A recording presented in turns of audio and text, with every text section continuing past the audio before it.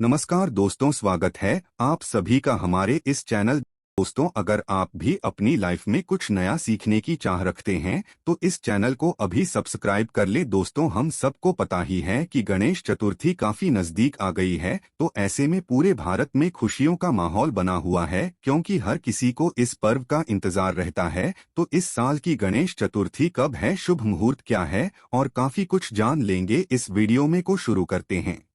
दोस्तों, गणेश चतुर्थी का पर्व हम धूमधाम से मनाते हैं और मनाया भी क्यों ना जाए, क्योंकि गणपति बाप्पा को कहा गया है कि विघ्नों को हरने वाले, कष्टों को हरने वाले और सुख को लाने वाले भगवान श्री गणेश जी हैं और इनका आगमन होने जा रहा है। इनका आगमन भक्तों के लिए अति उत्तम, अति शुभ होता है। ऐसी मान्यता है कि यदि घर में किसी प्रकार की समस्या है या फिर किसी मनोकामना की पूर्ति के लिए आप गणेश स्थापना करते हैं, पूजन करते हैं, तो निश्चित रूप से वो कामना गणेश जी पूर्ण करते हैं। शास्त्रों की मान्यता ऐसी है कि भाद्रपद की चतुर्थी को गणेश जी को लाया जाता है और अनंत चतुर्दशी को इनका विसर्जन किया जाता है। इस बीच की तिथियों में गणेश जी की पूजा आराधना बड़ी धूमधाम से की जाती है। इनको दूर्वा अर्पित की जाती है, मोदक आदि का भोग लगाया जाता, दोनों समय की खास पूजा आरती की जाती है और अंत में अनंत चतुर्दशी के दिन इनका विसर्जन किया जाता है। शास्त्रों में ऐसी मान्यता है कि गणेश जी को अपने घर में लाकर विधिवत उनका पूजन और सेवा करने से हमारी मनोकामनाएं पूर्ण होती है। तो विद्या बुद्धि के दाता भगवान श्री गणेश जी का आगमन होने जा रहा है। दोस्तों, इनको लाने का जो खास समय होता है या फिर इनको स्थापित करने का खास समय होता है वह दोपहर का समय होता है। कारण यह है कि इनका जन्म हुआ दोपहर के समय, तो इसलिए यह उत्सव दोपहर में ही मनाया जाता है। खासकर स्थापना जो होती है वह दोपहर में ही होती है। गणेश जी की मूर्ति से जुड़ी बहुत सारी कुछ बातें हैं जो कि जानना अत्यंत आवश्यक है। वैसे तो हम बिल्कुल नहीं कहेंगे कि कोई भी गणेश जी की मूर्ति अशुभ होती है। हाँ, उसके मायने, उसके कारण बदल जाते हैं, क्योंकि जैसे हमारे शास्त्रों की मान्यता है कि बहुत बड़ी मूर्ति की पूजा सेवा हम अपने घर में नहीं कर सकते, तो ऐसा बिल्कुल मतलब नहीं है आपके घर पर रखी हुई बड़ी मूर्ति अशुभ है। हाँ, अशुभ इसलिए है कि आपने उसके बराबर उसकी सेवा पूजा नहीं की। तो आगे बढ़ने से पहले आपसे रिक्वेस्ट करते हैं कि यदि आप भी अपने जीवन में भगवान गणेश की कृपा पाना चाहते हैं तो इस वीडियो को लाइक करके कमेंट में जय श्री गणेश लिखना ना भूलिएगा। दोस्तों, वैसे गणेश जी की मूर्ति में भी कुछ बातें ध्यान रखनी चाहिए। यदि आप गणेश जी की मूर्ति को लाने जा रहे हैं तो एक चीज का ध्यान रखें कि मूर्ति किस चीज की ला रहे, यह भी आपकी कामनाओं के ऊपर आधारित है। सबसे शुभ जो मूर्ति होती है, पृष्ठ मूर्ति होती है, वह सफेद आग की जड़ से जो गणेश जी निकलते हैं, जिन्हें श्वेता गणेश बोला जाता है, वह मूर्ति सबसे शुभ होती है। तो यदि इस प्रकार के गणेश जी को आप अपने घर में लाते हैं तो रिद्धि सिद्धि, लक्ष्मी या फिर किसी भी कामना के लिए आप लेकर आए, यह मूर्ति बहुत ज्यादा श्रेष्ठ होती है। लेकिन यह मूर्ति बहुत कम प्राप्त होती है, क्योंकि जब आँख का पौधा काफी पुराना नाता है तब उसकी जड़ से गणेश जी की आकृति निकलती है और यहाँ आकृति काफी शुभ होती है। कहा जाता है कि धन के स्थान पर यदि इनको स्थापित कर दिया जाए तो जीवन में चाहे कितनी भी पीढ़ी दर पीढ़ी आपकी जो संतानें हैं वह बढ़ती चली जाए, लेकिन उनको धन की कमी कभी नहीं होती है। तो खैर चलिए, यह गणेश जी तो नहीं मिलेंगे, यदि मिले तो अवश्य लाइए। और आपको एक चीज ध्यान रखनी है, यदि आप अपने घर में पूजा प्रार्थना के लिए गणेश जी की स्थापना करना चाहते हैं, इनको रखना है, लाना चाहते हैं, तो आप सदैव बैठी हुई प्रतिमाएं ही लाएं, क्योंकि शास्त्रों में कहा गया है कि बैठे हुए गणेश की पूजा आराधना घर में करने से लक्ष्मी की कृपा होती है, कामनाओं की पूर्ति होती है। तो यदि घर में आप गणेश जी को लाने की सोच रहे हैं या फिर लाने वाले हैं तो बैठी हुई प्रतिमा का ही चयन करें। अगली चीज है कि गणेश जी की प्रतिमा लाते समय घर के लिए लाए या फिर के लिए लाए, उसमें फर्क हो सकता है। आपको बताना चाहेंगे कि यदि आप अपने दुकान या फिर अपने प्रतिष्ठान में ला करके इनका पूजन आराधना करके विसर्जन करना चाहते हैं तो ऐसे में आप खड़े गणेश की प्रतिमा भी ला सकते हैं। कहा जाता है कि इससे व्यापार दिन दोगुनी रात चौगुनी पड़ता है। यदि कोई कला वर्ग के विद्यार्थी हैं, यानी कि नृत्य, गायन इत्यादि के, तो वे खड़े गणेश जी की प्रतिमा लाकर पूजन विसर्जन कर सकते हैं। बस घर में जो आपको प्रतिमा लानी है वह बैठे हुए गणेश की प्रतिमा लानी है। यह ध्यान रखें, प्रतिमा लाते समय एक चीज का ध्यान आपको और रखना है, घर में प्रतिमा लाते समय आपको वाममुखी गणेश जी ही लाने हैं। वाममुखी का अर्थ हुआ बाई की तरफ मुड़ी हुई सूंड वाले गणेश की प्रतिमा, ये घर के लिए ज्यादा शुभ होती है। अब दाहिनी तरफ जब मूर्ति की सूंड होती है, उस मूर्ति के लिए पूजा और सेवा की अधिक आवश्यकता होती है। इसलिए कहा जाता है कि गणेश जी की प्रतिमा सदैव वाममुखी होनी चाहिए, यानी बाईं तरफ सूंड जिनकी घूमी हुई हो वहीं गणेश शुभ होते हैं हमारे घर के लिए। अन्यथा जो दाईं तरफ सूंड वाले गणेश होते हैं वह जल्दी रुष्ट होते हैं। यदि हमसे कोई भूल जाए तो रुष्ट होते हैं। अभी इसका अर्थ आप ये बिल्कुल ना समझे कि गणेश की प्रतिमा किसी के लिए कल्याणकारी नहीं होती है। ठीक वही बात जो कि हमने आपको उदाहरण से समझाई कि बड़ी मूर्ति भी श्रेष्ठ होती है, लेकिन हम घर में नहीं रख सकते क्योंकि हम उनकी उचित पूजा सेवा आराधना नहीं कर सकते हैं। उसी तरह जो दाएं तरफ सूंड वाले गणेश जी होते हैं उनको अत्यधिक सेवा प्रार्थना की जरूरत होती है, जो कि हमसे नहीं हो पाती है। तो इसलिए एक नियम बनाया गया है कि गृहस्थ धर्मियों के लिए हमको गणेश व मुखी जी घर में लाने चाहिए, पूजन करना चाहिए, विसर्जन करना चाहिए। जैसा कि आप सभी जानते हैं कि प्लास्टर ऑफ पेरिस की मूर्तियां उतनी श्रेष्ठ नहीं होती है, और यदि आप मिट्टी के गणेश जी लाते हैं, पूजन करते हैं, विसर्जन करते हैं तो ये ज्यादा श्रेष्ठ होता है। यदि आपको इस तरह की गणेश की प्रतिमा मिले तो अधिक श्रेष्ठ है। अब बात करते हैं रंग की। किस रंग के गणेश जी की प्रतिमा लाना आपको बहुत शुभ होगा? तो देखिए, केसरिया रंग के गणेश की प्रतिमा लाते हैं तो सर्व सुखदायक केसरिया रंग के गणेश होते हैं। दूसरी चीज, हरे रंग के गणेश की प्रतिमा भी रखी जाती है।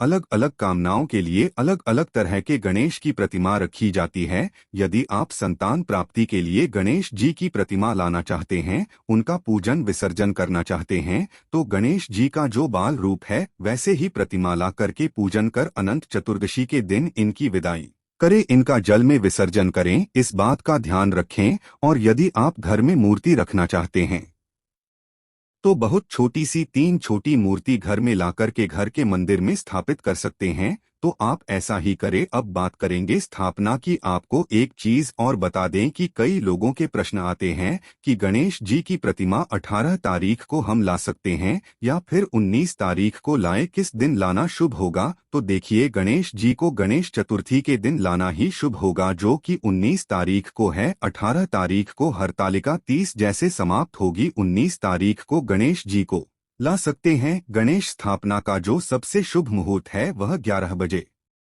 से प्रारंभ होकर दोपहर 1:28 तक है। इस बीच आप गणेश जी की प्रतिमा लाकर उनकी स्थापना कर सकते हैं। गणेश जी की स्थापना की बड़ी साधारण सी विधि है। सबसे पहले तो आप मंदिर के बाहर बैठ जाएं। मंदिर में तो बहुत सारी मूर्तियां होती है, लेकिन आपको मंदिर के जो देवता हैं उनसे अलग रख करके यदि आपने चौकी लगाई तो यह ज्यादा श्रेष्ठ माना जाता है, क्योंकि आपने अलग कोई बड़ा अनुष्ठान किया है। इसलिए आपको अलग से लाल रंग का कपड़ा इसी चौकी पर बिछा करके उस पर आपने जो नई मूर्ति प्रतिमा लाई है या फिर आपके घर में जो पड़ी हुई प्रतिमा है, आप उनको भी बहुत अच्छी तरह से साफ करके, यदि धातु की प्रतिमा है तो स्नान वगैरह कराएं, और यदि फोटो है तो भी आप उसकी स्थापना कर सकते हैं। घर में पड़ी हुई मूर्ति की भी आप स्थापना पूजा कर सकते हैं, और नई मूर्ति लाते हैं तो भी आप उनकी पूजा स्थापना अवश्य करें। और कलश जरूर रखना है। कलश आप सभी जानते हैं,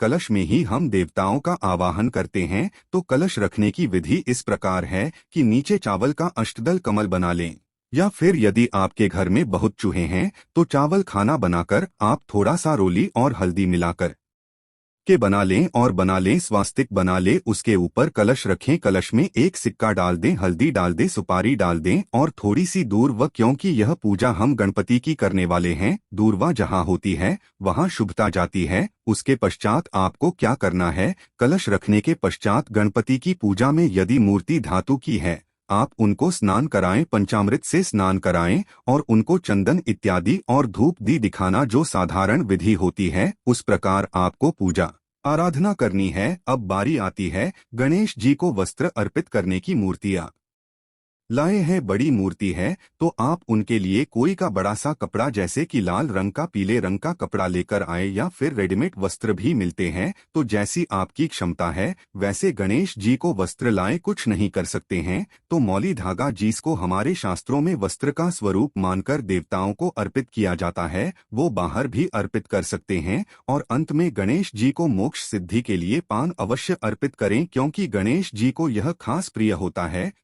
आप उनको पान अवश्य अर्पित करें। पान में आप एक पान का 2 इलायची रख कर के और जब गणेश जी का पूजन हो जाए उनको भोग लगाएं। भोग में आपको पता है गणेश जी को लड्डू मोदक इत्यादि बहुत पसंद है। आप घर में खास प्रिय व्यंजन बना कर के भी इनको भोग लगा सकते हैं। पूरे दिन यदि आप घर में व्यंजन बनाकर भोग लगाते हैं तो वह बहुत शुभ होगा। पूरे दिन का अर्थ यह बिल्कुल नहीं है। जितनी दिन गणेश जी की स्थापना होती है आपको उतने दिन के लिए ही गणेश जी को लाना है। 1 दिन के लिए भी सकते हैं, 3 दिन के लिए, 3.25 दिन के लिए, 5 दिन के लिए, 5.25 दिन के लिए भी गणेश जी को ला सकते हैं और 1 दिन के लिए भी आप गणेश जी की पूजा कर विसर्जन कर सकते हैं। इनकी यदि छोटी मूर्ति है तो आप घर में भी इन्हें रख सकते हैं। तो बस 1 दिन के लिए भी आप यह कर सकते हैं। जितनी भी आपकी इच्छा हो और पूर्ण विधि विधान से करना चाहते हैं तो अनंत चतुर्दशी के दिन गणेश जी का विसर्जन होगा। तो आपको एक बार फिर से बता दें कि गणेश जी ना जो स्थापना का समय है 11 बजे से प्रारंभ होकर दोपहर 1:28 तक है। इस समय में आप कभी भी गणेश जी की स्थापना करें इससे पूर्व ना करें क्योंकि गणेश चतुर्थी की जो स्थापना पूजा होती है वह दोपहर में होती है। क्योंकि गणेश जी का जन्म दोपहर में हुआ था इसलिए यह पूजा दोपहर में ही होती है। तो इस प्रकार से गणेश जी की पूजा कर लेनी है और उन्हें दूर्वा की माला अर्पित करें। यदि कोई खास कामना है तो दूर्वा की माला अवश्य अर्पित करें। जैसे कि थोड़े थोड़े दूर की गांठें लें और इनको एक मौली में क्या फिर सफेद धागे में बांध लें और बांधकर गणेश जी को अर्पित करें। कहा जाता है कि किसी भी कामना के लिए यदि गणेश जी को 10 दिनों तक दूर्वा की मालाएं अर्पित की जाती है तो गणेश विसर्जन से पूर्व आपकी कामनाएं पूर्ण हो जाती है।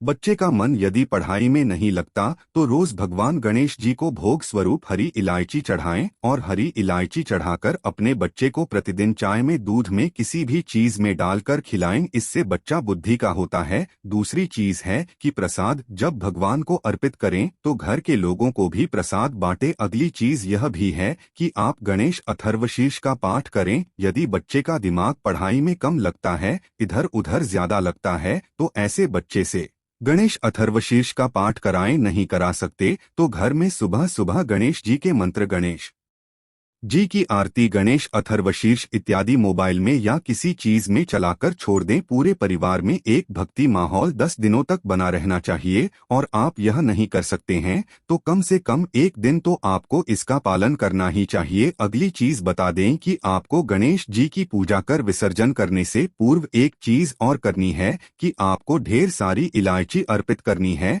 यदि आपके कोई कार्य नहीं बन रहे हैं तो आपको कम से कम 21-51 इतनी इलायची गणेश जी को अर्पित करके अपने पास रख लेनी चाहिए। जब आप किसी जरूरी काम के लिए जाते हैं तो इस इलायची को अपने पर्स में ढाल लें। और का मन पढ़ाई में नहीं लगता है या फिर कभी कभी बच्चे हमारा कहना नहीं मानते तो ऐसी स्थिति में उसी इलायची को बच्चे को प्रतिदिन खाने को दें। ऐसा करने से बच्चे की बुद्धि सुधरती है और बच्चे का सही बौद्धिक विकास होने लगता है। इस तरह के कार्य आपको करने चाहिए। पश्चात में आपको गणेश जी की आरती परिवार के साथ करनी चाहिए। तो उम्मीद करते हैं कि हमने सारी विधियां और सारी बातें जो आपको जाननी आवश्यक थी वह सब कुछ बताया। और एक बार फिर आपको बता देते हैं चतुर्थी का पर्व इस वर्ष 19 तारीख को मनाया जाएगा, 19 सितंबर को। और एक महत्वपूर्ण चीज आपको बता दें कि गणेश चतुर्थी को चांद बिल्कुल भी नहीं देखा जाता। इस बात का ध्यान रखें। चांद क्यों नहीं देखा जाता है?